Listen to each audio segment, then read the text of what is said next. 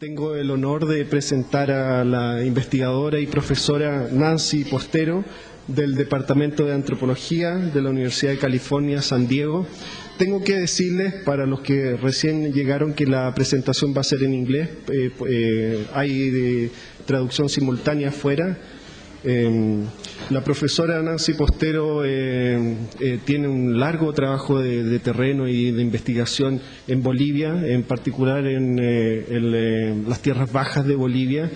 Sus temas de investigación son antropología política, raza, Estado, colonialismo, neoliberalismo multicultural, y actualmente está trabajando en un libro sobre descolonización. La profesora Nancy Postero, es importante decirlo, su formación inicial es abogada, luego periodista y finalmente antropóloga social. Tiene usted la palabra. Gracias. Bueno, gracias. Muchas gracias a todos los que han organizado este evento. Es un honor tomar parte. Y lo siento que voy a leer mi ponencia en inglés. Ojalá que puedan captarlo bien, gracias al trabajo de nuestros traductores que nos está ayudando. Bueno, mi paper se llama Race, Nature and Development in Plurinational Bolivia. En Latinoamérica, durante la última década, ha aparecido, se ha levantado una izquierda progresiva, ha emprendido proyectos de desarrollo como un momento post-neoliberal, y hablando del lenguaje de la raza, mientras se integran, cuando históricamente y geográficamente formas específicas de capitalismo todavía se intersectan con la forma de vida de cada día, crean respuestas culturales y negociaciones, incluyendo el racismo. En este trabajo he utilizado varias perspectivas para poder imaginar el caso de Bolivia contemporánea, donde el presidente indígena Evo Morales ha estado liderando lo que él llama una revolución cultural democrática para superar el neoliberalismo y para poder decolonizar la sociedad. Examiné la contingencia capitalista de Bolivia y lo que los enfrenta, y ver cómo estos enfrentamientos son contestaciones respecto a raza, naturaleza y desarrollo. Respondiendo a la experiencia de los bolivianos pobres e indígenas después de 2 décadas de gobierno neoliberal, Morales y el partido MAS, Movement Towards Socialism, o Movimiento hacia el Socialismo, han avanzado en una agenda antineoliberal, nacionalizando el sector del petróleo y el gas y usando esquemas sociales redistributivos. Pero la clave de su revolución es una revolución profunda de la gente indígena y los campesinos y sus costumbres. Y en una nueva constitución que se aprobó en 2009, la meta central del nuevo Estado plurinacional es la decolonización. Eso es terminar los siglos de racismo en contra de la población indígena del país, que es una gran mayoría de la población. Un segundo foco central es orientar al desarrollo nacional alrededor de los valores indígenas de Subacamañana, o live well, o vivir bien, actuando una forma de desarrollo sustentable que proteja a la Pachamama o la Madre Tierra. Aunque estas reformas y el gran crecimiento en prosperidad económica que los ha acompañado han producido enormes avances para la gente pobre e indígena de Bolivia, y esto explica por qué Evo Morales ha sido reelegido por tercera vez este último mes. Un análisis de las formas en que estas reformas se han experimentado y se han resistido demuestra que también han creado nuevas tensiones. Por un lado, el foco combinado de los gobiernos en revertir el neoliberalismo y reevaluar la indigeneidad a menudo tiene contramovimientos, a menudo racista, de las tierras bajas, desde los mestizos y blancos del país, que piden la independencia del Estado central. Por otro lado, a pesar de la retórica del gobierno, el país continúa estando en un desarrollo extractivo capitalista que afecta a algunas subcomunidades indígenas. He preguntado cómo el desarrollo de la naturaleza y la raza se ve en este periodo de reestructuramiento importante, y digo cómo los territorios y los cuerpos indígenas continúan siendo lugar de violencia mientras Bolivia negocia en los ambientes conflictivos del capitalismo y la justicia social. Aún en la Bolivia plurinacional, un país conocido alrededor del mundo como un modelo para la liberación indígena, estoy comentando que el discurso colonialista racista se está reproduciendo en el proceso de desarrollo. Esta sección yo la llamo las nuevas respuestas al tema indígena. La raza es una línea central de fractura en Bolivia, donde alrededor del 50 o 70% de la población se identifica como indígena. Hay una gran diversidad en un grupo autoidentificable con grandes diferencias, y la gente rural y urbana, y en cada era la clase dominante trabaja con el tema indígena, en quotes, entre comillas, tratando de determinar el rol adecuado de la gente indígena en la sociedad boliviana y la economía boliviana. Algo de este tema se unió explícitamente con la raza, y en algunos temas se escribió como raza o en la categoría de clase. Peter Wade usa el término raza y racismo para describir las relaciones entre la gente nativa boliviana y los mestizos blancos que los han dominado por siglos. Aunque los científicos están de acuerdo que ya no hay una base para describir las diferencias humanas en términos de raza, en Bolivia ha habido y continúa habiendo un sobrerracismo en contra de la gente indígena, y por eso describo estas relaciones como racializadas, y lo hago para atraer la atención acerca de las formas en que crear y forzar diferencias de categoría puede actuar en cuanto a la dominación en Bolivia. En Bolivia, como en otros lados, la diferencia racializada fue creada históricamente en parte por desarrollo extractivo a largo plazo, que sacó a la gente de sus tierras, explotó su mano de obra y les negó membresía completa de la nación, inferioridad, salvajismo de los indios. Y esto se reprodujo en la práctica y en las relaciones de poder que resultaron de esto. Así que en Bolivia, mientras los mestizos ejercitan el poder sobre la gente indígena y sus territorios y reclaman el derecho de explotar sus recursos naturales, ellos actuaron las prácticas situadas de la dominación a las que me estoy refiriendo como racismo.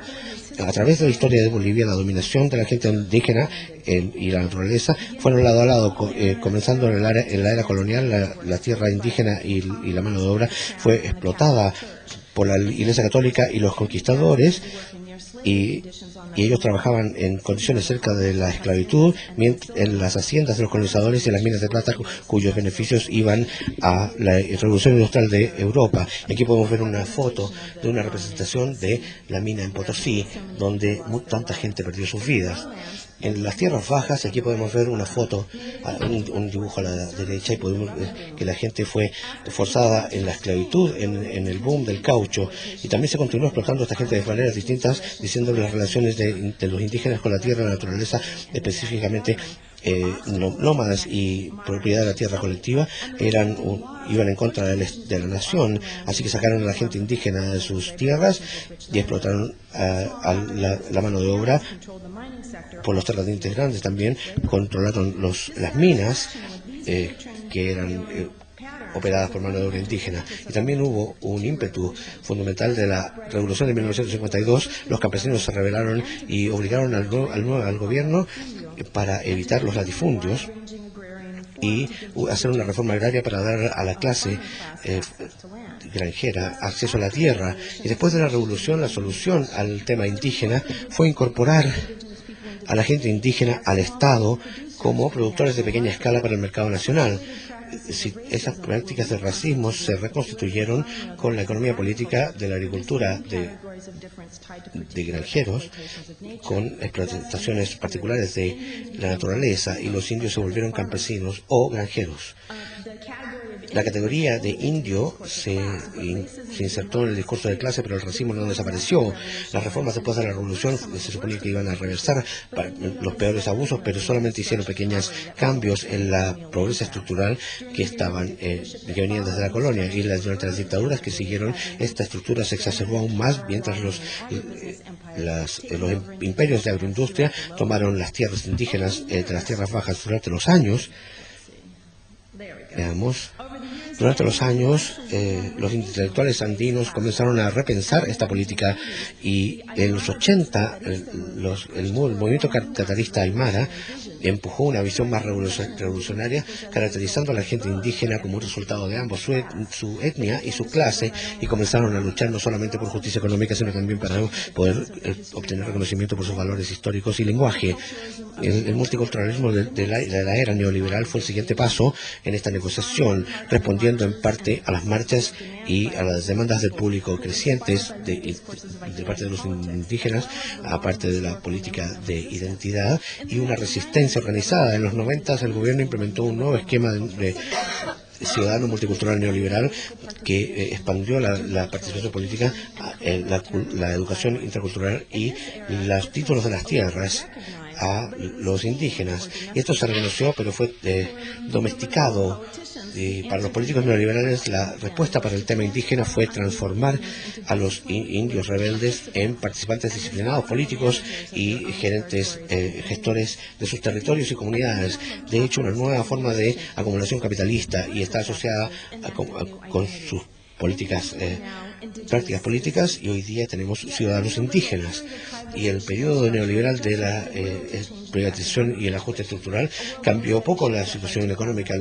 Un estudio del Banco Mundial mostró que para el 2004 52% de la gente indígena aún vive en la extrema pobreza. Así que la victoria de Morales en el año 2005 representó una oportunidad histórica para reescribir la historia nacional y proveer respuestas al tema indígena persistente, aunque la administración de Morales se preocupó con reestructurar la economía, desarrollando un nuevo modelo de desarrollo nacional y deshaciendo 2 décadas de neoliberalismo.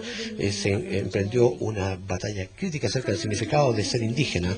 Durante sus administraciones, Morales tomó el rol de representar a la gente indígena en esta reconfiguración histórica. El día antes que asumiera en el Palacio del Congreso, Morales tuvo una ceremonia indígena de Asunción en un complejo arqueológico de Tiahuanaco, y se puede ver una foto aquí. Él fue bendito por amautas, que son sacerdotes aymara, y tiene la noción de Pachacuti y la reversión del tiempo y espacio, trayendo un nuevo milenio para la gente indígena. Por este simbolismo tan poderoso, Morales aclaró que su administración estaba fundamentalmente comprometida para cambiar la vida de la gente indígena en Bolivia. Ha continuado con este rol durante el tiempo que ha sido presidente, del que voy a hablar un poco más, invocando la historia indígena y las costumbres como la columna vertebral de la nueva Bolivia, y para evitar ser una sociedad colonizada. Desde su victoria, Morales y el partido MAS han comenzado a implementar la agenda de decolonización, y como se mencionó, es algo de lo que estoy trabajando en este momento, tratando de darme cuenta cuáles son las implicaciones a largo plazo de esta agenda de discusión.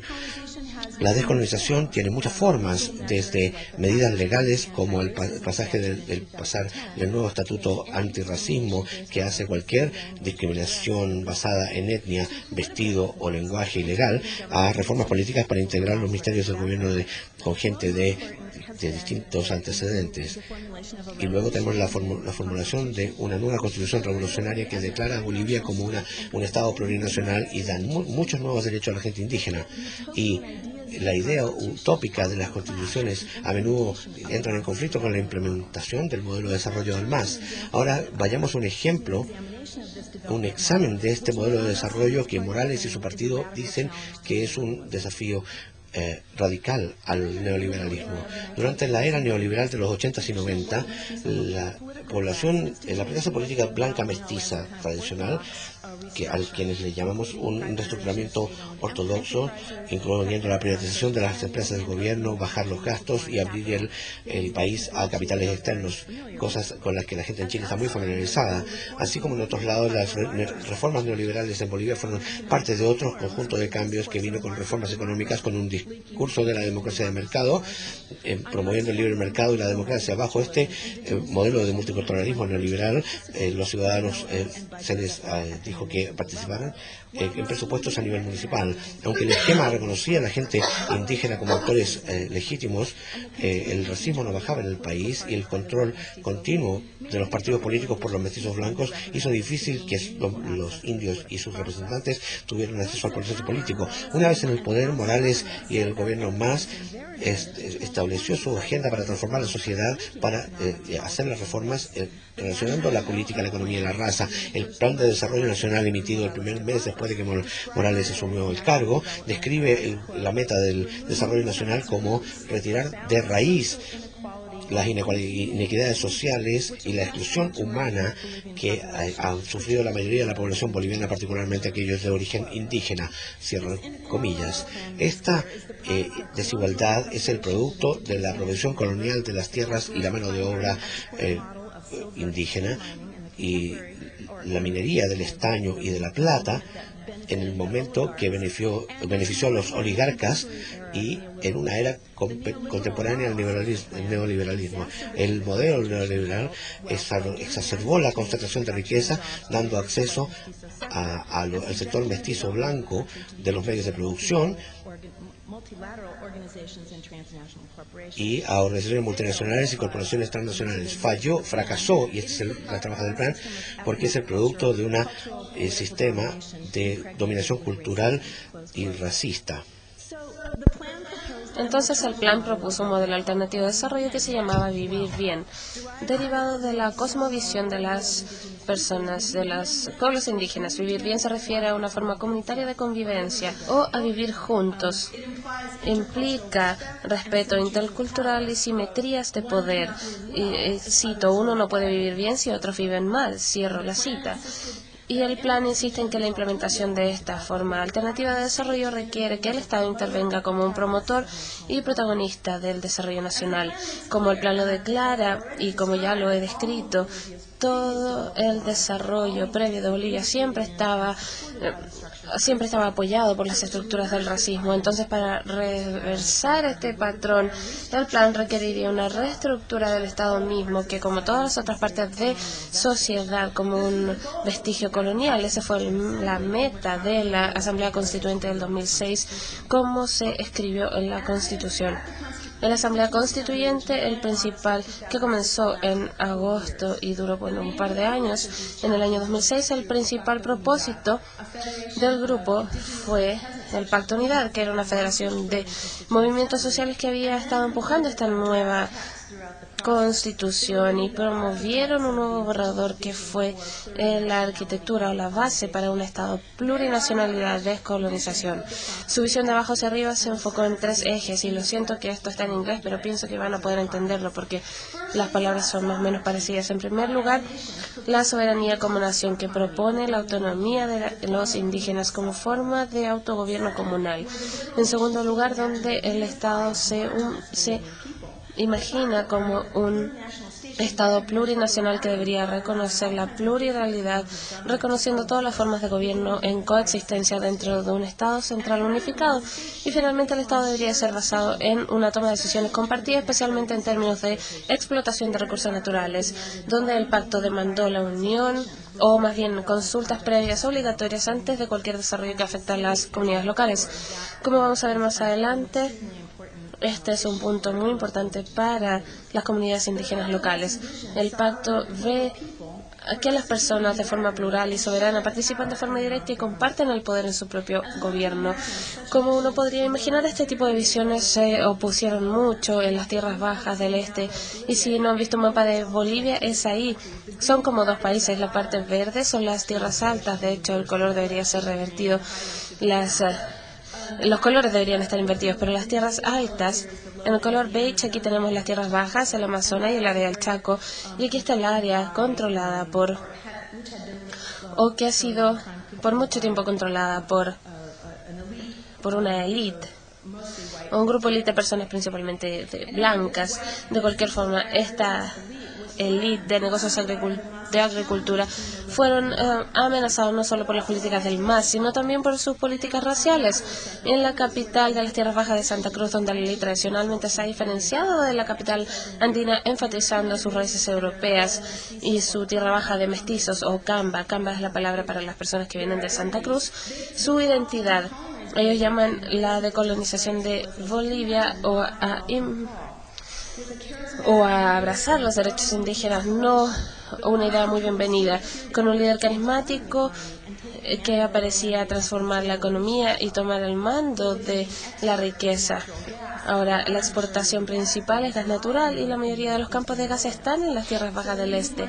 Entonces, las cambas no marginalizadas han defendido sus privilegios tradicionales, abogando autonomía política regional y control sobre los recursos de la región. Aquí tenemos una fotografía sobre una de las masivas marchas o reuniones, a veces millones de personas en las plazas principales de Santa Cruz para demandar su autonomía.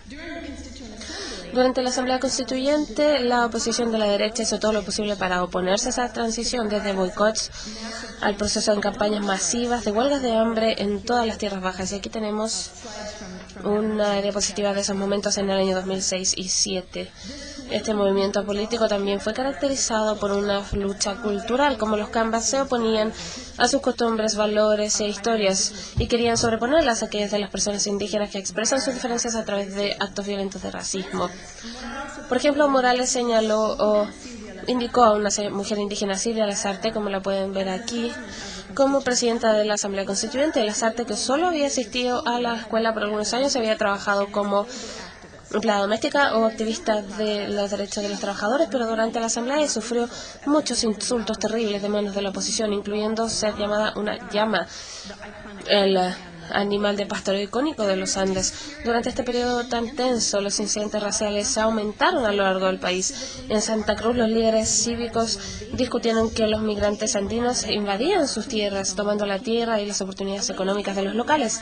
Las élites abiertamente le pidieron o se preguntaron cómo Morales podía ser presidente si era un indio no educado. En Santa Cruz hubo muchos ataques a migrantes andinos en la ciudad y quizás el incidente más choqueante fue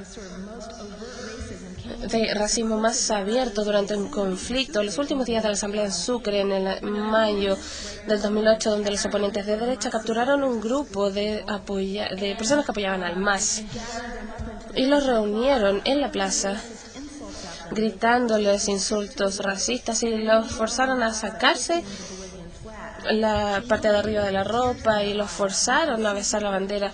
Y lo ven aquí, hay una fotografía, cómo ellos se agachaban con miedo y con humillación. Y esto demuestra que tan cerca las relaciones coloniales han dominado y cómo todavía se mantienen. Entonces la indigeneidad se relaciona con las prácticas de la dominación y allí tomó un nuevo significado entre la pelea entre la élite y el MAS. Entonces, en medio de todas estas contestaciones, los delegados indígenas de la Asamblea continuaron con un profundo debate acerca del desarrollo nacional. Esta es una fotografía de las reuniones del pacto en Sucre, discutiendo que el desarrollo de Bolivia se debería basar en los valores indígenas y su relación con la naturaleza, implementado a través de una forma muy radicalmente diferente de toma de decisiones. Mucha de la gente visible en la Constitución, pero muchas de sus ideas revolucionarias fueron bloqueadas. No sorprende a nadie que la oposición de la derecha se opuso, pero lo más interesante es que el MAS, que no quería ceder tanto a su poder, también la rechazó. En vez de eso, Morales y su corte más confiable empujó una versión mucho más liberal del Estado, lo que le dio al Estado central poder exclusivo sobre los recursos naturales y subordinó la mayoría de la toma de decisiones al Estado central. El texto fue aún más diluido en las negociaciones con la derecha después de que terminó la Asamblea. El resultado fue una constitución con muchas contradicciones, pero con mucho potencial revolucionario. Por un lado, declara que Bolivia es plurinacional y que garantiza a los indígenas autodeterminación y autogobierno. Y esa es probablemente la parte que ustedes han leído, es la parte más revolucionaria de la Constitución. Pero en las secciones que detallan el poder del Estado y las diferentes entidades del gobierno está claro que la autonomía indígena está subordinada al Estado central. No hay que mantiene el poder sobre los resultados no renovables como el gas o la minería. No hay mención de coadministración o toma de decisiones. Lo más notable es que mientras las comunidades afectadas deben ser consultadas antes de cualquier desarrollo, sus decisiones no son obligatoriamente consideradas. En vez de esta revolución decolonizante prometida por Morales, muchos críticos discuten que el nuevo Estado plurinacional parece un multiculturalismo reformado que reconoce los valores indígenas pero que los domestica bajo una estructura de Estado liberal pero centralizada. Esta sección se llama Desempeño político justificando el extractivismo progresivo. Las contradicciones visibles en el proceso constitucional y en el documento resultante reflejan la gran tensión entre el gobierno y lo que enfrentó como un intento de reestructurar la relación entre su modelo de desarrollo nacional y sus muchos pueblos indígenas. La visión indígena revolucionaria del Pacto de Unidad, del cual hemos estado hablando, resulta que no es la única visión de desarrollo que tienen los constituyentes indígenas de Morales. De hecho, los pueblos indígenas tienen diferentes relaciones con la extracción de recursos que reflejan la historia y la geografía del desarrollo nacional. Los primeros siglos de explotación de la mina y del estaño en las tierras altas, pero desde el 1900 el desarrollo se ha enfocado en los hidrocarburos como el petróleo y el gas y los negocios de agricultura en las tierras bajas. Entonces, para la mayoría de los pueblos indígenas, aquellos que viven en las áreas urbanas, en las regiones donde se cultiva coca o en las áreas altas que no están amenazadas por la explotación de recursos, la descolonización significó transformar la estructura de la economía para que más personas se pudieran beneficiar de la misma, aumentando los niveles de vida entre las poblaciones indígenas. Estas fueron las demandas de la huelga del 2013 que ven aquí y buscó cambiar las metas del país. Y para aquellos que vivían en situaciones precarias en la ciudad, fue la idea de tener trabajos en los sectores industrializados y agua, lo cual es crítico para su sobrevivencia, pero para la minoría de los pueblos indígenas en las tierras bajas, la explotación de hidrocarburos, las represas y los caminos representan una gran amenaza a su vida. En el contexto de estos debates tan amargos acerca de qué debería lograr el desarrollo, Bolivia ha continuado con su desarrollo extractivista, que se basa en la explotación de minerales e hidrocarburos. Y, por supuesto, la mayor parte de sus ingresos tienen que ver con las ventas mundiales de gas natural y minerales. Por ahora, el gobierno de Morales está intentando mediar en el conflicto, realizando lo que Eduardo Gudinas llama extractivismo progresivo, que es participar en el capitalismo global a través de la extracción y exportación de materiales, pero después distribuyendo gran porción de la ganancia en la población. En 2006, Morales nacionalizó el sector de gas natural, que es el mayor sector de exportación de Bolivia, revirtiendo los términos de los contratos con las corporaciones transnacionales que se llevaban la mayoría de la explotación. Así que ahora el Estado recibe la mayor parte de la ganancia en vez de las empresas. Antes de la nacionalización, las transnacionales recibían más o menos 85% de la ganancia, y ahora se ha cambiado y el Estado recibe más o menos esa proporción. Y esto realmente ha transformado la economía de Bolivia. Las rentas del gas natural ahora se distribuyen en los gobiernos regionales y municipales, a las organizaciones indígenas y a las universidades públicas. Y después el gobierno ha comenzado con una campaña para expandir los servicios de salud, restaurando las disminuciones hechas durante el gobierno más liberal. También hay transferencias de efectivo o de dinero a las poblaciones más vulnerables, como a los ancianos, a las familias más vulnerables, etcétera. Y hay proyectos como, por ejemplo, el bono para los niños que están en la escuela, bono para los adultos mayores, etcétera. Por supuesto, esto no ha cambiado la estructura de la pobreza, pero sí ha podido atacar la pobreza extrema y ha sido muy populares. Morales también ha comenzado con una nueva reforma agraria, tomando 100 millones de acres para 900.000 personas pobres que realizan la agricultura. Entonces, todas estas diferencias se lo hacen claro que la indigeneidad y el desarrollo no son bienes neutrales o ideas que el gobierno simplemente promueve o no. Sin embargo, yo quiero argumentar que son un sitio discursivo complejo que relaciona historias de opresión, necesidades económicas contemporáneas y patrones particulares de acumulación. Los pueblos indígenas tienen diferentes intereses en términos del desarrollo y el Estado es solo un actor en un proceso muy disputado para empujar una visión de la indigeneidad particular para justificar su agenda de desarrollo y política. Sobre los últimos años yo me estaba enfocando en las formas en las cuales el Estado ha utilizado símbolos y rituales para representar una visión homogenizada genérica de lo que es ser indígena, que actúa para justificar su agenda y su poder. Y no tengo mucho tiempo para hablar sobre esto, solo quiero darles 3 ejemplos rápidos de lo que quiero decir con esto. En primer lugar, a pesar de el extractivismo y de que la economía boliviana se basa en esto y en el liberalismo, Morales usualmente utiliza su identidad indígena para argumentar que el capitalismo es la causa de los problemas globales, especialmente el cambio climático. En las Naciones Unidas, en las charlas de Copenhague y en una conferencia sobre cambio climático que él sostuvo en Bolivia en el 2011, indicó que los valores indígenas y sus relaciones con la naturaleza eran la única forma o respuesta viable para salvar la Pachamama.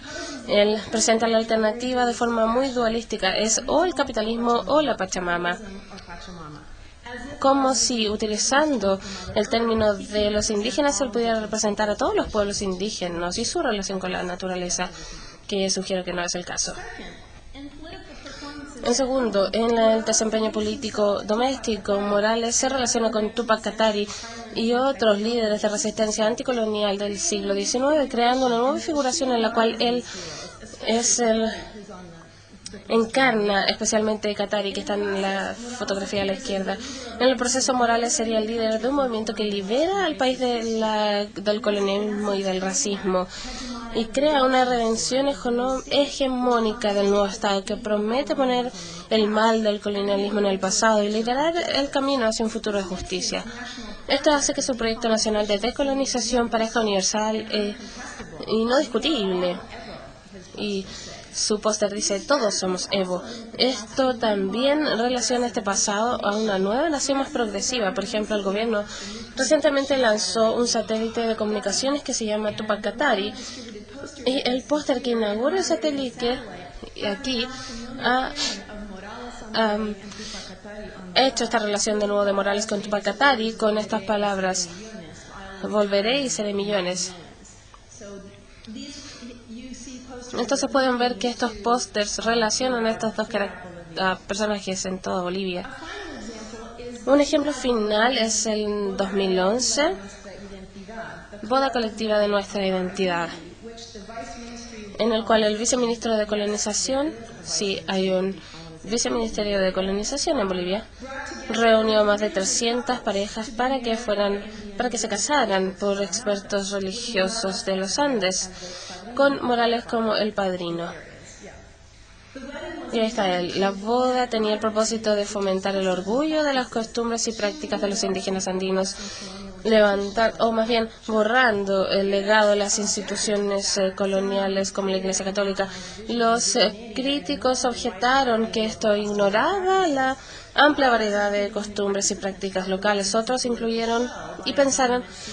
pensaron que ellos buscaban simplemente votos de los votantes indígenas, y de hecho fue un show, un espectáculo que quería resignificar los marcadores culturales en hecho y ficción o pasado y presente.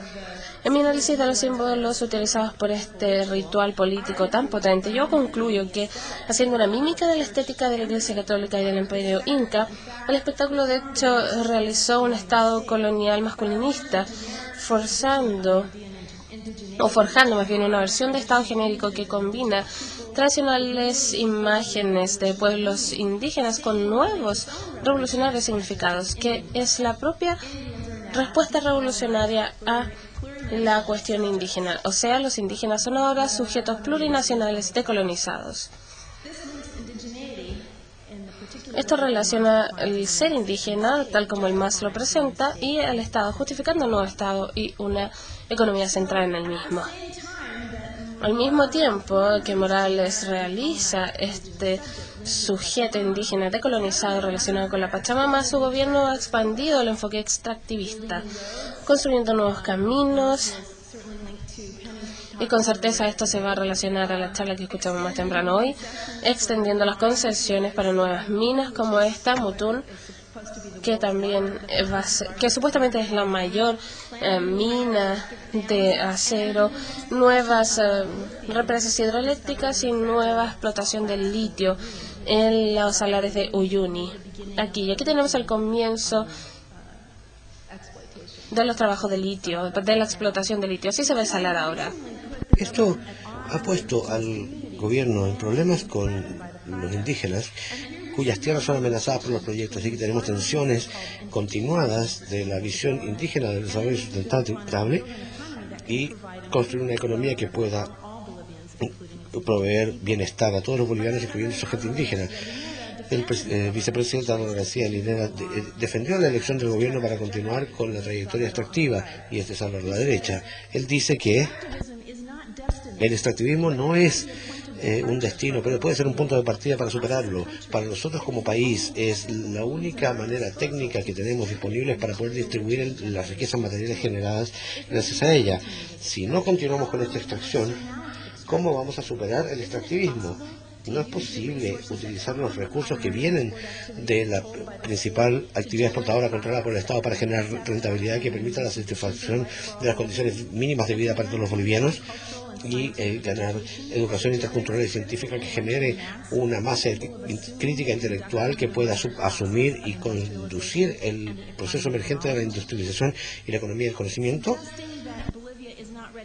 Sugerir que Bolivia no está listo para el socialismo. Linera propone un modelo que se llama capitalismo andino-amazónico, que busca el reconocimiento de la inversión del Estado y un reconocimiento de la inversión en las varias formas de producción en Bolivia, incluso industrias privadas y del gobierno, negocios familiares y sistemas comunitarios. Pero como García Linera nos cuestiona, esto no es una elección libre. La decisión del gobierno está muy restringida por lo que Alan Perez sugiere, que es la coyuntura de los procesos y prácticas que están en un bozal y no solamente un compromiso de ser capturado por esto. García Lineros concede esto sugiriendo que lo mejor que puede hacer Bolivia es alterar su posición en la división internacional de la mano de obra al concebir un nuevo modo de producción comunitaria, pero sin importar cuál es la justificación de García Linera y el MAS. Su elección refuerza el racismo donde se estructura el capitalismo extractivo. Así como Bolivia no puede extraerse del sistema capitalista, en su extracción de recursos no ha sido desacoplada de la explotación racializada que había. Es decir, en las eras previas, los grupos de baja clase indígena recibían el poder hereditario de los terratenientes. Hoy día encaran el poder rapaz del Estado más, que tiende a ejercitar el control soberano de sus tierras, y García Linera lo ha hecho muy claro en sus escritos. De hecho, como se ha clarificado, la forma de acumulación de capital mapea los territorios. En el caso boliviano, decimos que la lógica del capital continúa apoyándose en la vulnerabilidad de la gente indígena de las tierras bajas, cuyas tierras siguen teniendo recursos naturales explotables. Así que voy a terminar mi presentación, no he terminado todavía, pero quiero pasar de esta argumentación abstracta que estoy haciendo con un ejemplo en particular, hablando acerca de la lucha de los Tilnis, que muchos de ustedes deben haber escuchado. El año 2011, Morales anunció que su gobierno podría construir una autopista linkeando los trópicos de Cochabamba a través del bosque amazónico a la frontera con Brasil. La autopista que iba a ser financiada por el Brasil y iba a abrir una ruta al exterior con oportunidades de expansión del comercio con este superpoder Brasil. Pero esta carretera iba a cruzar por el Parque Nacional y el territorio indígena, llamado TIPNIS por los españoles, y el gobierno trató de hacer consultas con las comunidades. El gobierno en este caso no lo había hecho, y cuando se le presionó no quiso hacerlo. Les gusta o no, quiera o no quiera, el presidente dijo vamos a entregar este proyecto. Entonces algunas comunidades indígenas locales fueron la gente de la que habló Penny hoy, estaban muy contentos de tener un camino que pasara por allí, y eso iba a pasar justo por sus ciudades. Nos iba a conectar a los mercados. Otros no se oponían per se a la carretera, pero realmente objetaban el enfoque desde arriba hacia abajo que había tomado el gobierno, ignorando la consulta. Pero muchos estaban preocupados de que la carretera dañara el frágil medio ambiente en TIPNIS y que los cultivadores de coca que se ven en el área roja, y ahí es donde están los cultivadores de coca y se están expandiendo hacia el TIPNIS. Así que la gente estaba muy preocupada que ellos utilizarían la carretera para expandir su cultivo.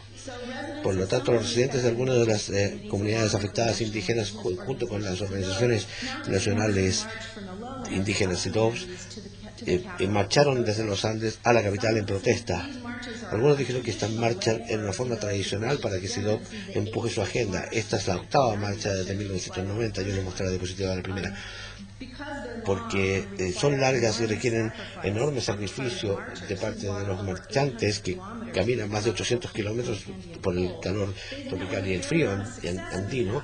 Han tenido algún éxito en el pasado, pero esta vez el gobierno fue intransigente y se rehusaron a negociar con ellos, y luego en septiembre la policía militar atacó a los marchantes con gases lacrimógenos en el pequeño poblado de Chaparina, causando muchos heridos entre la gente que marchaba.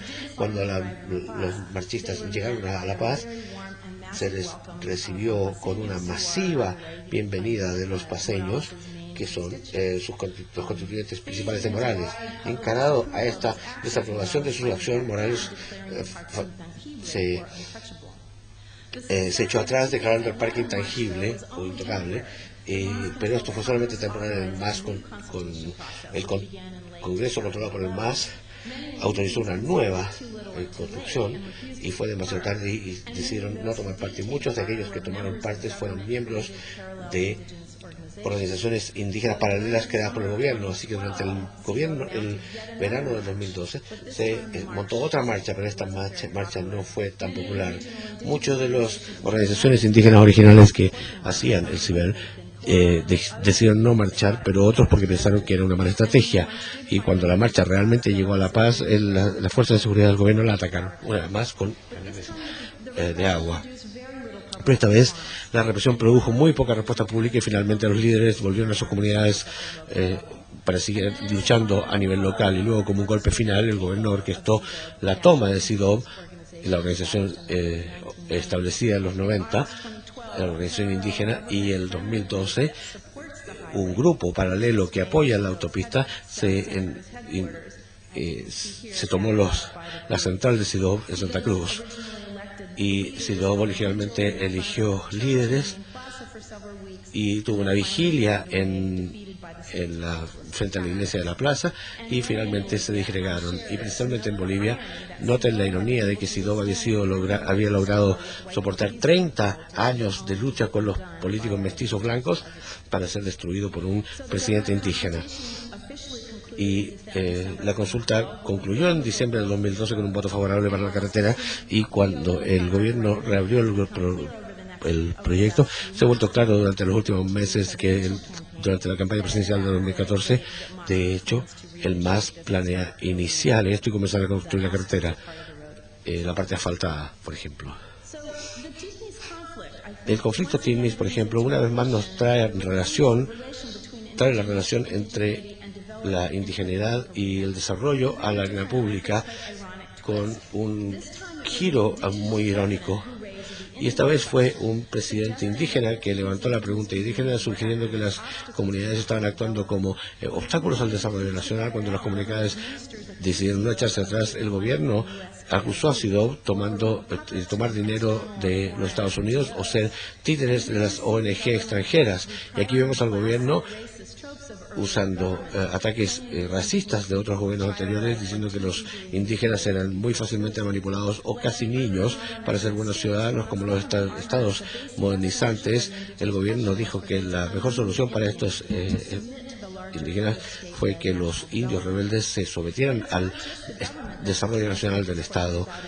Y estos discursos acerca de la indigeneidad, los timnis se volvieron una causa célebre, mientras los ambientalistas y los estudiantes defendieron a las comunidades indígenas. Según la batalla continuaba y las imágenes de naturaleza vívida y hermosa, no sé si pueden verlo aquí, dice que una carretera para el hombre, una autopista hacia la extinción. Vemos al Timnis, podemos ver esto. El proyecto discursivo asociando a la gente indígena y la naturaleza refleja el ecoindio virtuoso y el interés con las grandes preocupaciones por el ambiente y el clima global. Esto es realmente progreso. Saldremos al Timnis y podemos ver la imagen que muestra el bosque amazónico con sus hermosos árboles cortados por una autopista, y un enorme leopardo que está muerto, pisado por la camioneta. Creo que este póster es representativo de lo que hemos visto mucho a través de la controversia del Timnis, donde la naturaleza está representada por el leopardo. También habla de la gente indígena del Timnis, así que el cuerpo del indio de las tierras bajas y la madre tierra están relacionados con la audiencia.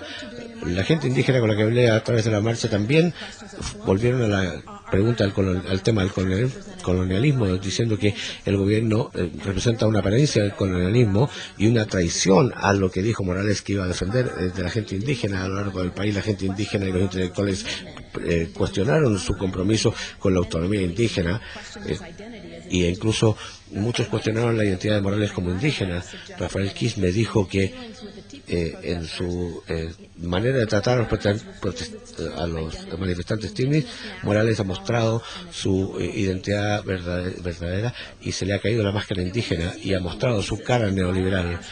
Y respecto a los aspectos racistas y violentos que tratan del caso Timnis, que ha sorprendido más a la gente, por eso ha recibido tanto apoyo en La Paz, el defensor del pueblo, el ombudsman del gobierno, determinó que el ataque en Chaparina militar violó los derechos humanos de muchas maneras, incluyendo los epítetos racistas que los policías usaron contra los hombres, mujeres y niños en la marcha. Y si había alguna duda acerca de la política colonial apareciendo de nuevo, Morales las dejó claramente cuando le sugirió su soporte de jaleros que debían ir y seducir a las mujeres locales del Timnis para ganar su apoyo.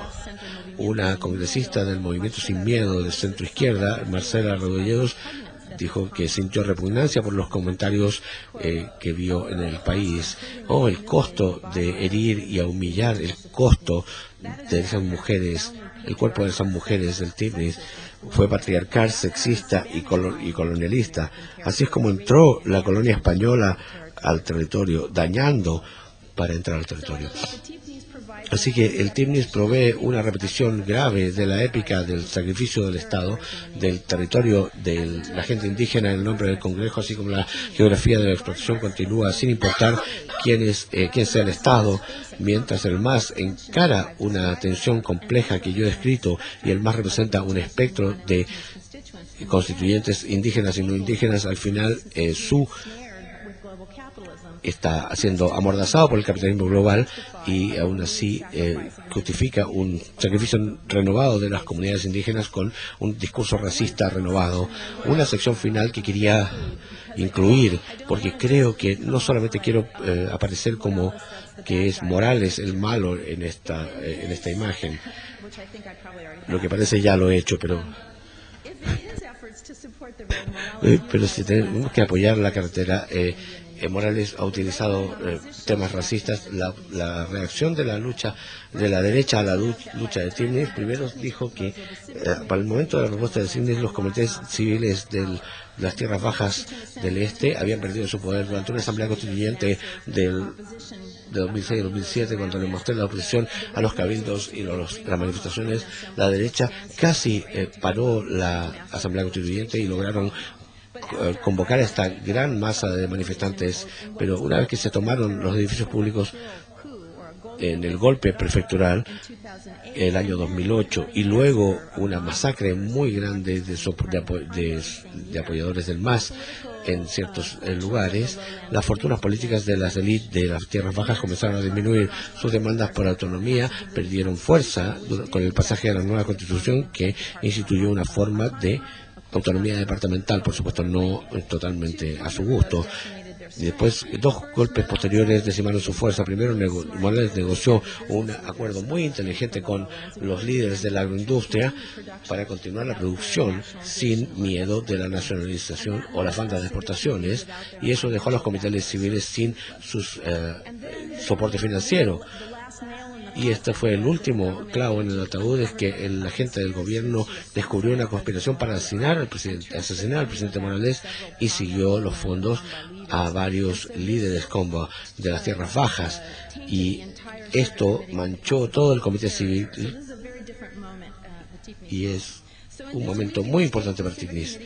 Así que el comité ha sido forzado a impulsar su agenda de distintas maneras, y los líderes Comba se han presentado como las víctimas de un gobierno autoritario concentrado en destruirlos con actos inmorales e ilegales. Y hay que mostrar cómo los activistas Comba han comenzado a embarcar su lucha diciendo que sus líderes políticos son ejecutados y exiliados, pero la situación Tignis ahora les ofrece una forma de expandir esta estrategia. Cuando la marcha Tignis del 2012 terminó y Sidón fue capturado, Sidón volvió a los brazos abiertos del comité político en Santa Cruz y en la plaza principal con sus placas que afirman abuso del gobierno, y estos mismos tipos de mensajes de la persecución política también se emiten, y las conferencias de prensa que defienden a los Tignis y dando el mismo estatus a los inmigrantes de las tierras altas de Santa Cruz y los cultivadores de coca de las tierras altas que quieren entrar al Tignis. Muchos dicen que las élites de Comnas están utilizando a los indígenas para avanzar con sus propios intereses, aunque está claro que están tratando de traer nueva vida a su movimiento dañado con esta alianza con los activistas Tignis. Lo que hay que llamar la atención es la forma que están utilizando, y particularmente la representación de la gente indígena para poder hacerlo. Como en el gobierno del MAS, la oposición está utilizando política racial como una forma de presión política. Irónicamente, están utilizando una vieja tropa de indios heridos y sin poder para escribir ellos mismos un nuevo rol, los protectores de los indígenas. En el rally político de agosto de 2002, impulsado por el Comité Cívico, esto fue obvio. En la cabeza de la asamblea, los líderes Camba introdujeron al joven líder indígena del Tignis, recordando a la audiencia los ataques violentos a los marchantes indígenas y todos los sacrificios que ellos hicieron en el 2011. El líder joven llamó a la gente a unirse a su lucha por justicia y derechos humanos. La multitud, utilizando poleras de Tignis, dieron su aprobación, y yo argumento que utilizando estos símbolos que evocan el ser indígena y la democracia, los líderes cívicos crearon un campo representacional donde dos cuerpos se relacionaron. Uno, el indígena, simbólicamente herido por la carretera cruzando su comunidad y físicamente unido por el ataque Chaparina, y por otro lado el mestizo Camba, simbólicamente herido por ser marginalizado y perseguido por el Estado-Nación. Y estos dos cuerpos estarían relacionados y condensados en una sola lucha contra un Estado que viola los derechos humanos. Al hacer esto, esta alianza legitima la lucha de la élite Camba porque la asocia con el sacrificio y los cuerpos heridos de los marchantes o indígenas. Sorprendentemente, esta alianza política estratégica revela las relaciones de poder muy racializadas. Los cuerpos sacrificados de los indígenas Tignis abren el espacio para que las élites Cambas jueguen el rol de benefactores y protectores de indígenas. Como un niño, utilizando un marco de derechos humanos, ellos se representan como aliados en la victimización. Y esto es realmente irónico, dado como la élite de las tierras bajas históricamente ha explotado la mano de obra indígena en las haciendas y en las plantaciones de caña de azúcar, a menudo utilizando violencia para disciplinar a sus trabajadores. Una vez más vemos cómo las imágenes colonialistas emergen como una herramienta para pelear luchas económicas nuevas, y esto da posición para aquellos que las utilizan en este periodo de transición. Esta élite Camba se quita de esa posición de élite y responde con una reescritura de la historia y un recuerdo de la geografía de la opresión, proyectando una realidad en la cual otros, particularmente el Estado del MAS, son los racistas y ellos son quienes sostienen la ley y la democracia. Voy a concluir. He explorado hoy las formas en las cuales la remarcable transformación en Bolivia desde la elección de Morales ha mostrado las estructuras tradicionales de poder en la política y ha reestructurado los constructos culturales y los ha desafiado.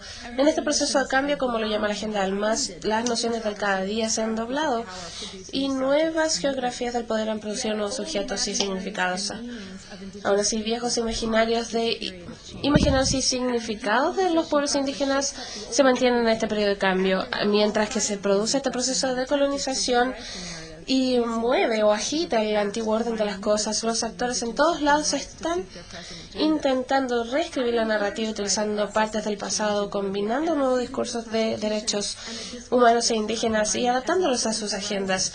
Yo estoy animada por el proceso de cambio en Bolivia y viendo la nueva constitución y los discursos de Suba Cabaña como importantes horizontes de transformación futura.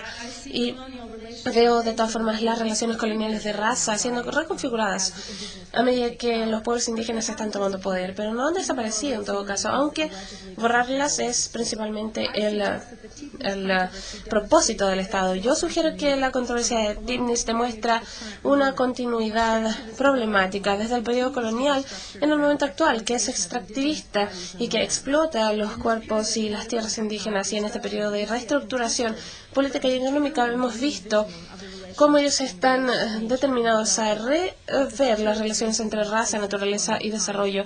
Pero el racismo continúa haciendo la decolonización una potencial y no una realización. Gracias.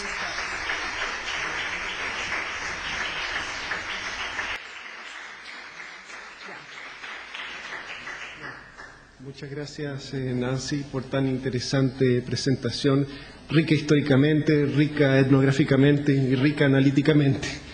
Vamos a hacer una ronda de preguntas. Nancy, bueno, un resumen súper rápido de lo que sucede o lo que significa Bolivia. Sin lugar a dudas, la revolución cultural ha sido la revolución cultural, eso, pero también... Tú también hablas las críticas, ¿no? Yo escuché, por ejemplo, que decían que Evo Morales en la elección, en la segunda vez que fue la reelección, dijo si coloca un perro de candidato, por ese votan. Entonces hay muchas contradicciones también, ¿no? Y también lo que nos dicen los medios también, ¿no? Pero yo quería hacerte una pregunta, porque también lo tocaste tangencialmente en tu exposición. Mucho de esa transformación del campesino a lo indígena, ¿cierto?, en las últimas décadas, también tiene que ver con cómo está conformado Bolivia, un Estado desde la mirada chilena bastante débil y con una gran influencia de ONG extranjeras, ¿no? Entonces mi pregunta va hacia allá. ¿Cómo ha incidido, cierto, esta presencia de las ONG extranjeras, tanto a la llegada del Evo y hoy en día también en su nuevo programa de gobierno, donde uno de los temas también que él presenta, por ejemplo, como alternativa a la energía es la energía nuclear, que también sabemos que hay países ciertos de Europa que les interesa que en Latinoamérica tengamos energía nuclear? Entonces, ¿cómo esta configuración de las ONG, quizás hoy en día, cómo ha sido también y cómo influye? Quizás una pregunta muy colonialista también, ¿no? Pero es importante porque es un factor bien diferenciador de Bolivia, por ejemplo, con el caso chileno. Sí, sí. Las ONGs han tomado un rol muy importante, especialmente en la época de los 80 y los 90. CIDOB empezó realmente con la ayuda de un antropólogo alemán y su ONG, y dándoles plata para todos los grupos de las tierras bajas para que tuvieran tiempo y espacio para charlar y organizar. Entonces, sí ha sido muy fundamental en toda la época, especialmente durante la época neoliberal. También había un montón de plata y ayuda, asistencia, técnicos en la parte de titular las tierras colectivas. Eso todo se cumplió con la ayuda de ONGs. En el momento ahora, en el momento contemporáneo, realmente el MAS está muy opuesto a las ONGs. Los está pintando como todos son, digamos, enemigos y aliados al gobierno norteamericano. Would you all like me to say that again in English? Should I repeat? Are you being? Am I being translated? Okay. Entonces,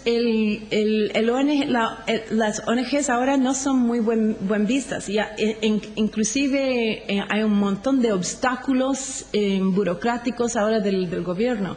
Ellos no quieren es parte del movimiento descolonizador. Ellos piensan que las ONGs fueron y siempre siguen siendo herramienta del colonialismo. Entonces ellos quieren hacerlo por ellos mismos. Y ahora están en nueva posición porque no necesitan la plata.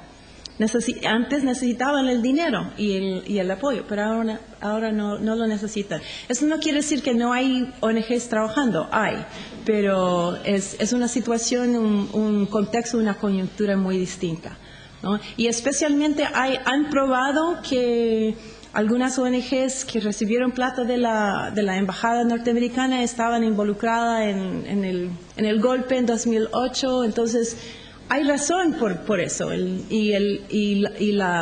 DEA, el antinarcotraficante, el trabajo de los Estados Unidos ha sido tan mestizo que realmente no quieren que las ONGs y el gobierno norteamericano tenga ninguna posición, ¿no? ¿Ya? Y bueno, yo también me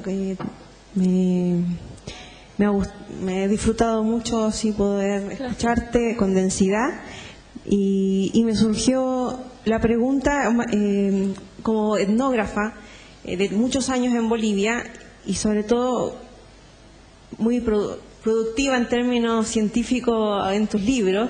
Mi pregunta es realmente en el paso del libro Somos Todos Ciudadanos, ¿no? Que es muy cercano a este momento, a ese primer momento que describes, ¿no? De que Evo aparece, que en donde como que aparece en ti una etnógrafa muy optimista frente al proceso de participativo de Evo y a la actual etnografía que escuché ahora, que es lo más rico, digamos, es lo más rico porque no son tantos los años y cambios significativos en cómo tú muestras las tensiones diversas que se han producido a raíz de eso. Entonces, mi pregunta es a ti como etnógrafa, ¿qué te ha pasado en estos años? Brevemente, porque me parece muy importante, por un lado, no solamente por lo personal, sino por lo otro que quiero preguntar. ¿Qué pasa con el campo académico y la producción científica etnográfica en este sentido también? Porque así como las ONG pasan a ser en este contexto también un campo de tensión, siempre la ciencia académica también pasa a tensionarse, ¿no? Y a veces de los discursos esencialistas que son muchas veces más cómodos para posicionarse y para en estos campos, cuando ya se deja y se abandona ese posicionamiento y se entra en esos entramados tan densos y tan complejos, las relaciones también con el Estado, con el poder, con la universidad cambian. Entonces mi pregunta también ahí, ¿qué está pasando en ese sentido con la producción científica? ¿Qué te ha pasado? Es interesante pregunta, nadie me ha preguntado eso antes.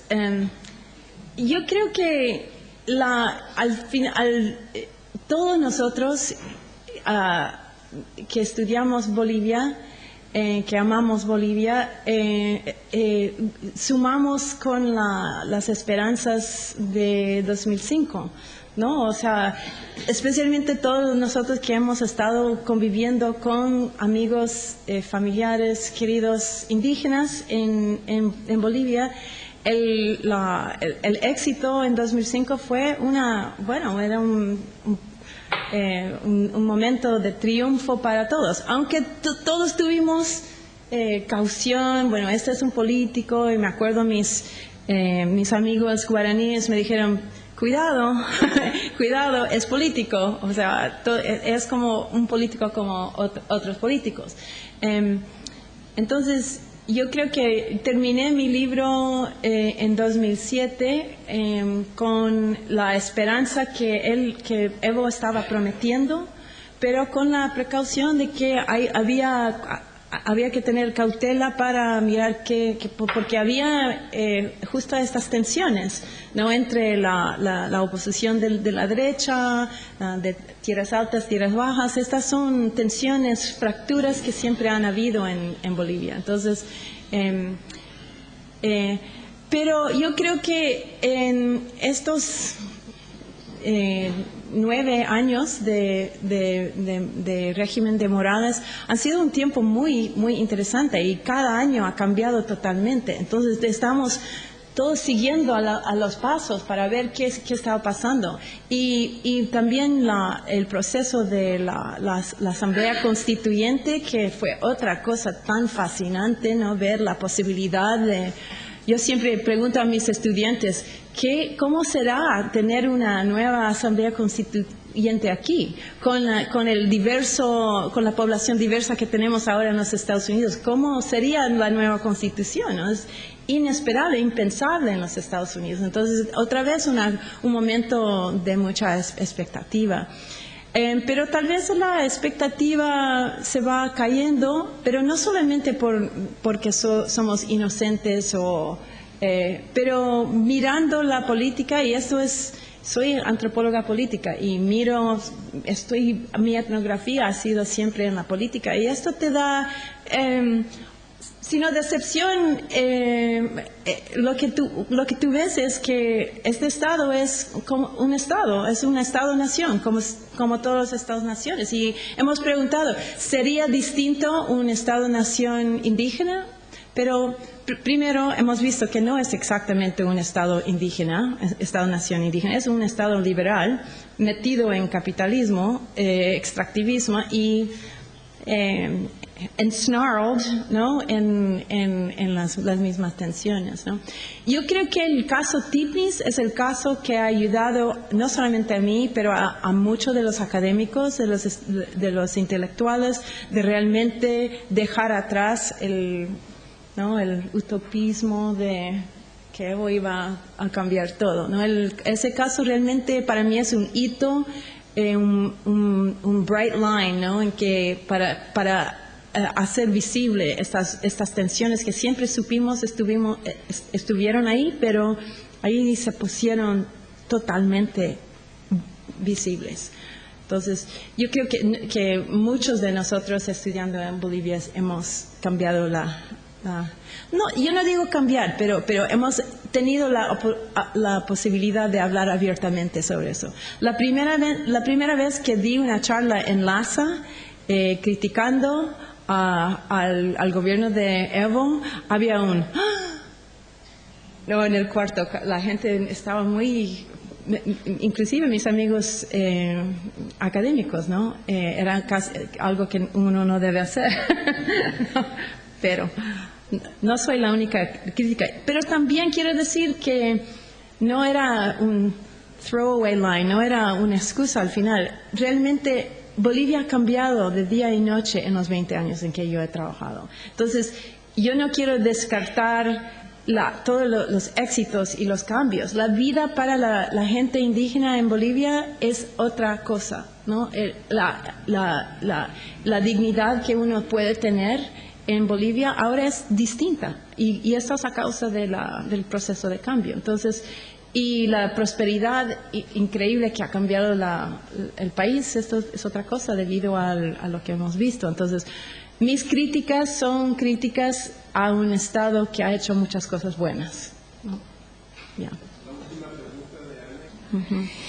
Mi pregunta va en el tema de las mujeres. Porque tú hablaste en temas generales, cómo se han organizado, pero había, por lo que vi, había mucha presencia de organizaciones de mujeres en la primera fase. El primer gobierno de Evo fue muy apoyado por mujeres. Y en esta otra fase veo más, tal vez, no sé, puedo estar equivocada, veo rechazo de ciertos grupos de mujeres. ¿Cómo lo ves tú, o cuál es tu percepción de ese cuestión de género? Claro. Ya, no soy experta en este tema, pero sí los grupos de mujeres fueron súper importantes en términos de las Bartolinas, uno de los movimientos sociales campesinos e indígenas. Y también en la Asamblea Constituyente los grupos de mujeres son súper importantes tratando de mover la agenda. Yo veo que ahora es un poco al lado. Este no es algo sumamente importante al MAS. Aunque en el Ministerio de Descolonización, Viceministerio de Descolonización, hay una entidad de despatriarcalización. Y fueron ellos que organizaron la boda colectiva. Así que hay mucho discurso sobre el hecho de que uno no puede descolonizar sin atender a la cuestión de patriarcado, ¿no? De que esto es fundamental a todo. Y hay muchos debates sobre eso en la prensa. El hecho de que había una senadora que rechazaba el comentario de Evo de seducir los trinitarios, esto es nuevo. O sea, hay un discurso de género que ahora está surgiendo. Pero más de eso yo no te puedo comentar, pero podemos hablar más de eso. Ya. Bueno, muchas gracias a todos. Gracias.